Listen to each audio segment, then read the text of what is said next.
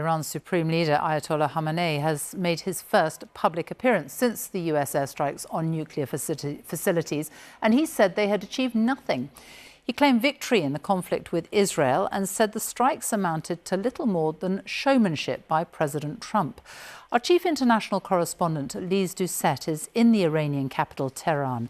She's being allowed to report from there on condition that none of her coverage is used on the BBC's Persian service, which broadcasts to the people of Iran. This law from the authorities applies to all international media agencies operating in Iran. Here is her report. Iran's state TV, the studio where the supreme leader's speeches are aired, but not today. Not after Israel attacked it.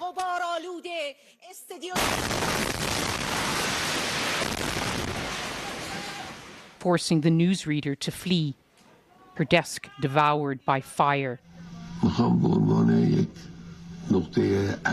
Today, a fiery message of his own from the Ayatollah, said to have sheltered in a bunker during the war. Iran, with this iron national resolve, rejects surrender.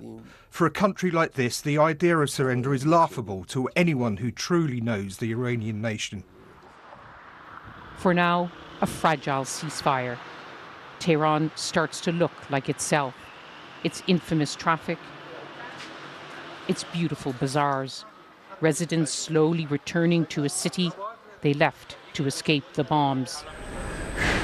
But for some, it's still a battle, just to breathe. In this ward, there are civilians, not soldiers. Murtaza shows his scars. He was working in the transport department when the entrance to the notorious Evin prison was bombed. Israel lies, saying they are only hitting military and nuclear sites. They hit a prison. I was there. I was hurt. And I'm amazed countries like England, France, the US and the UN don't condemn Israel. The abandoned American embassy, a monument to Iran's troubled relationship with the West, accused of sponsoring terrorism, of trying to develop a nuclear bomb. Charges Tehran denies.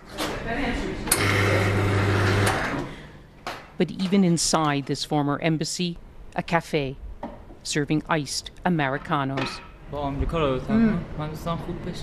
Amir tells me he wants to see a better relationship between America and Iran. So many Iranians do. But in this dark time, there's still not much light.